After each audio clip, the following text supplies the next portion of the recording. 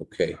It says in many Sfarim, many holy books, it says, like the Balaturin, there's in other places, the source is actually from the Zohar, that in Parshas Tetzaveh, this week's Torah portion, doesn't mention Moshe Rabbeinu's name. Every parsha of the Torah, not every parsha, but every parsha since Moshe Rabbeinu was born, Parsha Shmos, we have Moshe Rabbeinu's name. We have his name mentioned every single week. When it comes to the book of Devarim, so Moshe Rabbeinu begins the book of Devarim with these are the words that Moshe Rabbeinu said, and then the rest, the whole book, his name isn't mentioned, but that's a continuation of the beginning of the book. It says his name in the beginning, and so that's for the whole book. So in the book of Parshas, he wasn't born yet. So every week since Moshe Rabbeinu was born until he passes away, we have him in every single parsha except for one. Which one? This week. This week you don't see Moshe Rabbeinu's name. And the reason his name isn't here, it says because Moshe Rabbeinu and Jewish people did the sin with the golden calf. So Moshe Rabbeinu asked Hashem to forgive us. And he told Hashem, if you forgive them, great. If you don't forgive them, take my name out of your book. Erase my name from your book. So even though Hashem agreed to forgive us, when a tzaddik says something, even if it's on a condition, even if it's there's a condition for it, still it has an effect. And we find by Yaakov and Rachel that when Lavan was accused Yaakov of stealing his idols, Yaakov didn't know that Rachel had taken his idols. And he said that if we've taken your idols, if you find the idols among us, that person should, die. It's impossible. But nevertheless, even though he didn't find it, nevertheless, Rachel passed away because Yaakov said those words. You find the words of a tzaddik, even if they're on a condition, they have an effect. So since Moshe Rabbeinu said, if you don't erase me from if you don't forgive the Jewish people, erase me from your book, even though Hashem did agree to forgive us, since he said those words, he's a tzaddik, his words have an effect. The Moreh Naim writes that the reason why his name is omitted from the Torah is because he said those words, erase me from your book. But why from this week's Torah portion? So he says this week's Torah portion always falls out around the 7th of Adar. The 7th of Adar is the day that who passed away? The Moshe Rabbeinu passed away. So there's a remez, there's a hint in the Torah for Moshe Rabbeinu's passing around the time he passed away, and therefore his name is not mentioned. The Moreh Naim is not saying something different possibly from the Zohar. He's just saying the Zohar says his name isn't mentioned. And he's saying, why was this the Torah portion? It was chosen because this is the time that he passed away. Now, Moshe Rabbeinu passed away in Adar. Which Adar is considered the yard to the Moshe Rabbeinu? So Magen Avraham says that the Chevra Kadisha, those who are responsible for burials, they have a special celebration, special event that they do on the day of Moshe Rabbeinu's passing.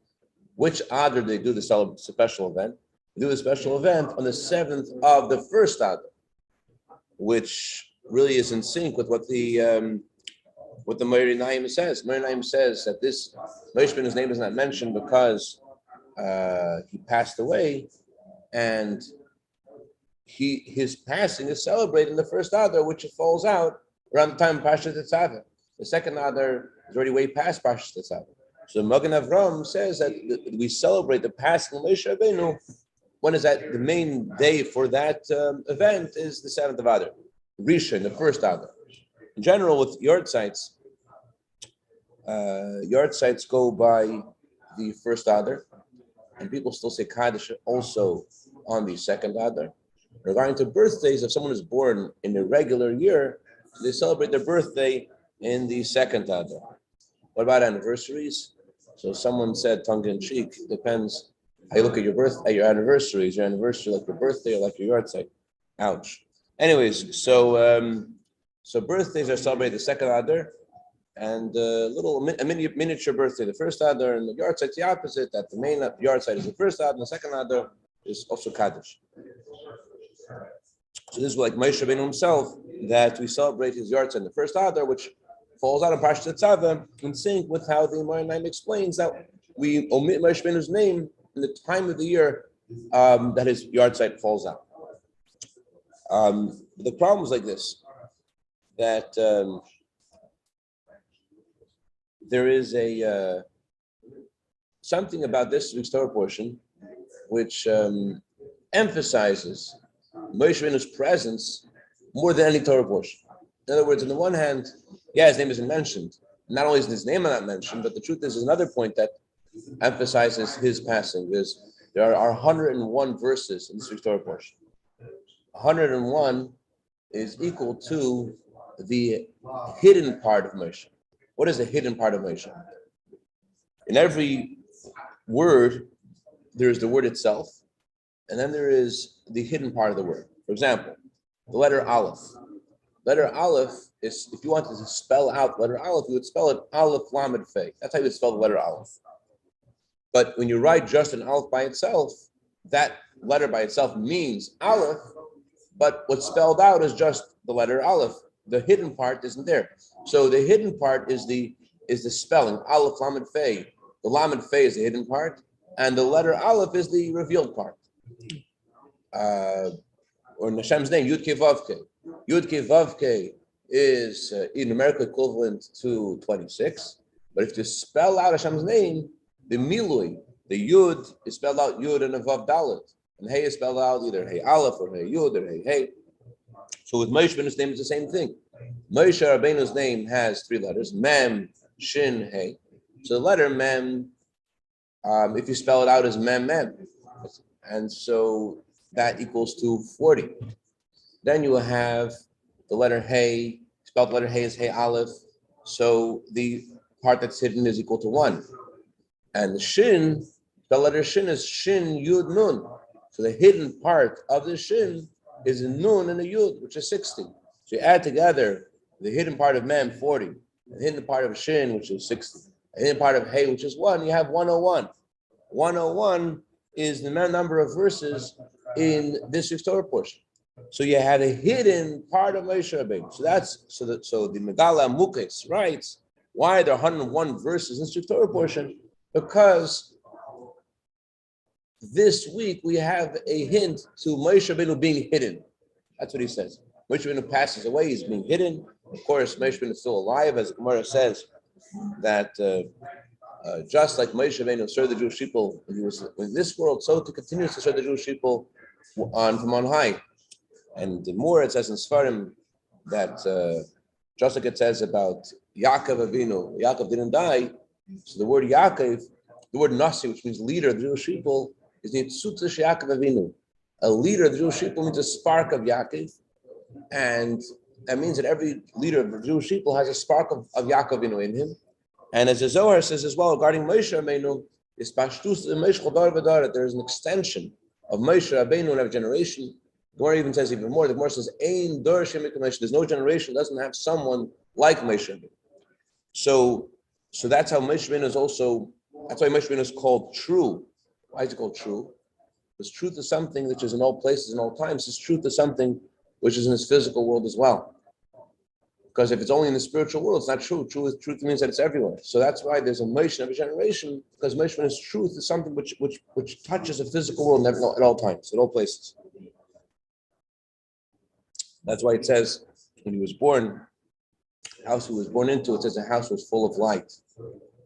And what light was that? It says that light was the light of the Torah, and light of Torah is light of truth, and that never can stop. That's why there's always a Moshe. There's always someone like Moshe. Anyway,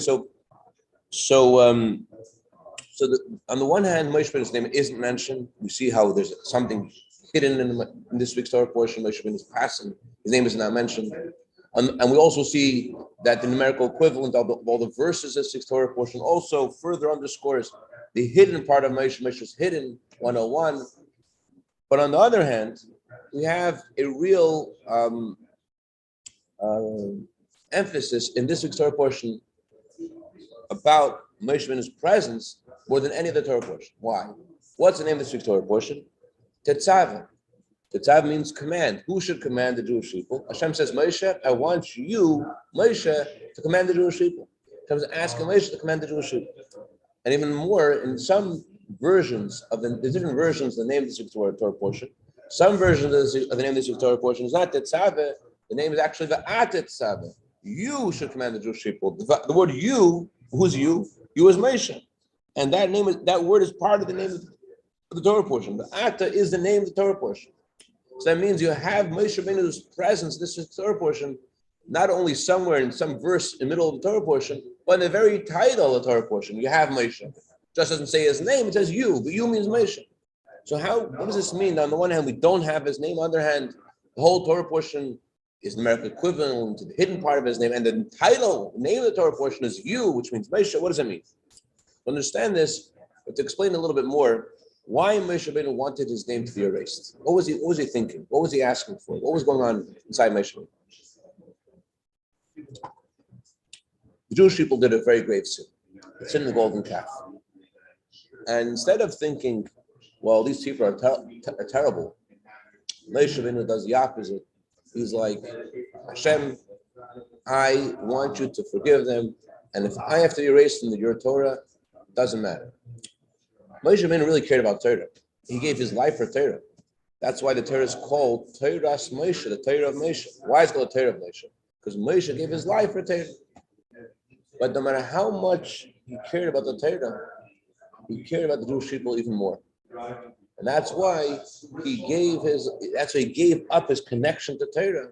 He said, Hashem, take me out of your book as long as you forgive the Jewish people. And although we did this incredible, terrible sin, Moshe's love for us didn't stop. And he said, no matter what, you have to forgive them. Take my name out of your book. Now, for us, it's hard to understand the kind of sacrifice that Moshe Rabbeinu was having when he said to Hashem, erase me from your book. Because we don't have that kind of connection to Torah like he did, of course. But for him, his giving up his connection to Torah is, we have nothing analogous that we care about that's similar to the way he loved the Torah. We don't have enough love in our hearts to that's similar.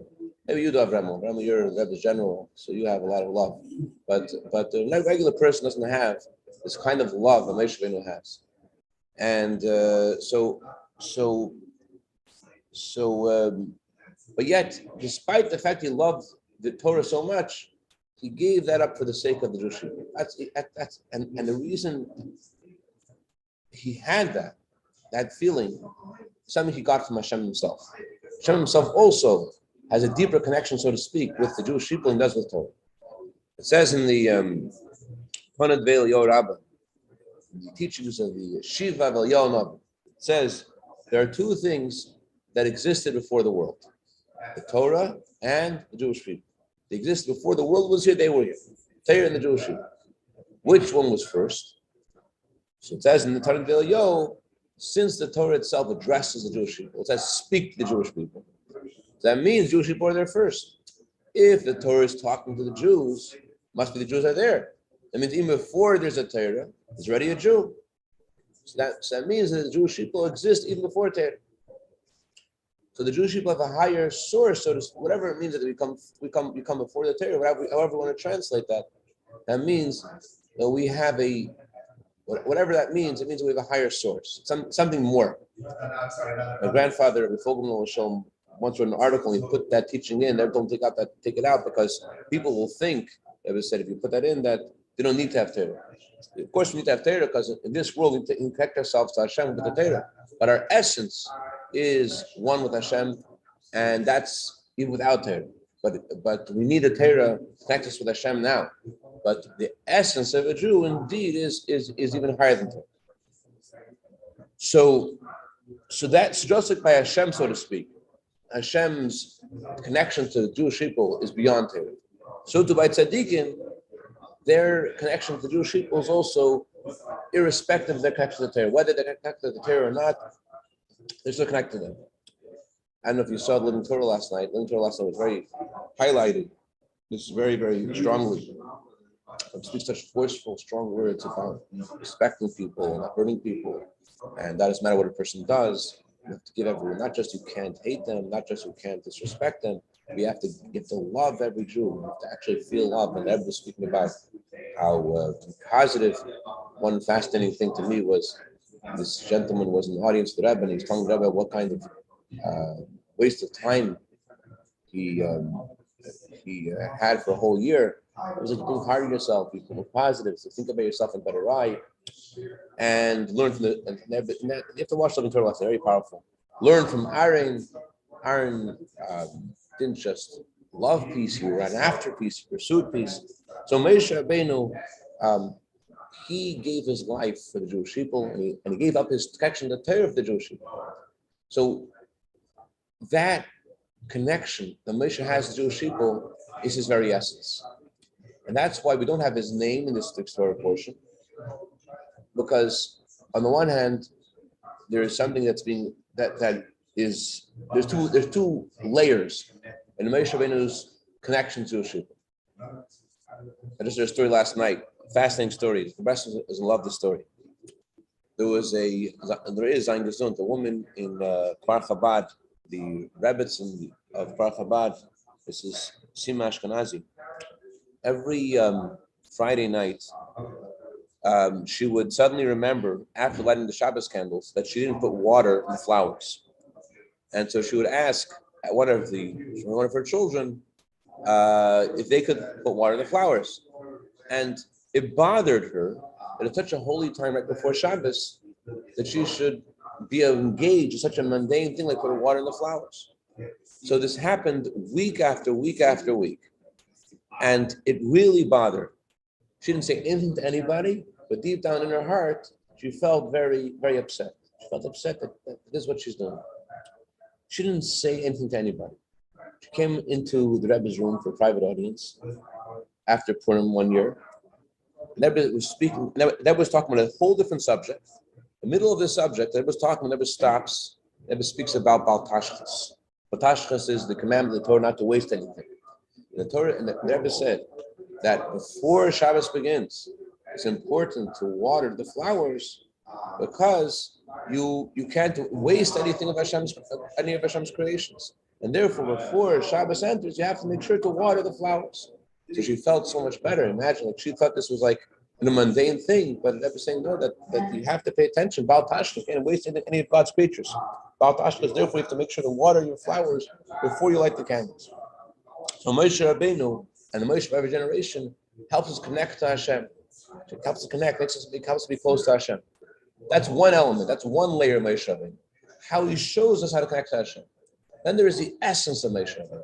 The essence of Moshe Rabbeinu is not what he shows us.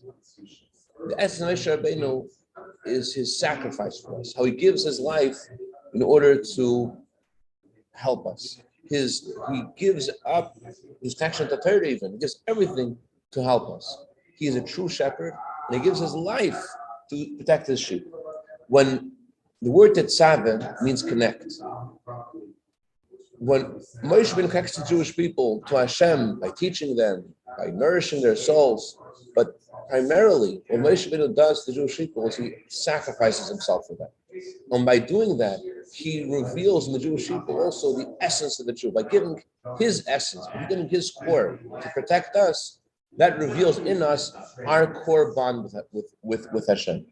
When Moshe Rabbeinu has such a sacrifice for us, that reflects in us also a feeling of sacrifice that we want to, that we feel our essence, we feel our core bond with Hashem. By Moshe Rabbeinu giving of himself, giving his life to protect us, that reveals in us our core bond with Hashem. So that's why, on the one hand, this Torah portion, yes, you don't see Moshe's name. You see that there's emphasis on Moshe Rabbeinu passing away. His revealed connection isn't there, but instead you have the hidden connection. That's why the numerical equivalent of the number of verses, this Torah portion is the 101, the hidden part of Moshe's name. You don't have the revealed part of Moshe's name in this Torah portion. This Torah portion is about Moshe saying to Hashem, erase me from your book. But in that request itself, when Moshe is asking to erase his name from Hashem's book, in that itself you see a deeper connection that Moshe Rabbeinu has with us. You see the essence of Moshe Rabbeinu. And because Moshe Rabbeinu has this sacrifice for us, that reveals in us also this connection of our essence to Hashem. So, in short, we see two opposites in this week's Torah portion. On the one hand, Moshe Rabbeinu's name isn't mentioned, which shows that there's something on the revealed plane that's missing. On the other hand, in this week's Torah portion, you see an emphasis of the essence of Moshe Rabbeinu, and that's so present and that's so there, and that's why in the fact that his name isn't mentioned itself, that expresses his bond with the Jewish people, that expresses his essence. And when Moshe Rabbeinu reveals, when his dedication to Jewish people, that arouses in us also our core bond with Hashem. So it's really fascinating that it's his Moshe Rabbeinu, by giving up his connection, so to speak, or asking to give up his connection to Torah, that reveals our essence and our connection to Hashem and Torah too. Anyways, bottom line is, it's a special time for Moshe Rabbeinu in his birthday. It's also his passing and the day of his birth, which also his birth is also connected to his essence, because when you're born, you don't have a name yet. You're only getting a name when you're by your bris. So there's an emphasis on this time of the essence of Moshe Rabbeinu, and the essence of Jewish people, and the power of our faith in Hashem and our connection to Hashem through the mazel of Moshe Rabbeinu that shines this time. It arouses this core bond and this core connection. We should use it out. We should have the special mazel. And day of a person's birth, they have more mazel. So day of Moshe Rabbeinu's birth, his mazel gives all of us mazel. And day of Moshe Rabbeinu's passing, it says that when any Jew's passing, is Hashem goes to a higher place and brings salvation to the world. So it's really time for bracha and salvation. And what's the main salvation we need, Avraham? The main salvation we need is Mashiach now, right? That's what we need. Let's see it happen. All right. Shpeach, everybody. Have a great day.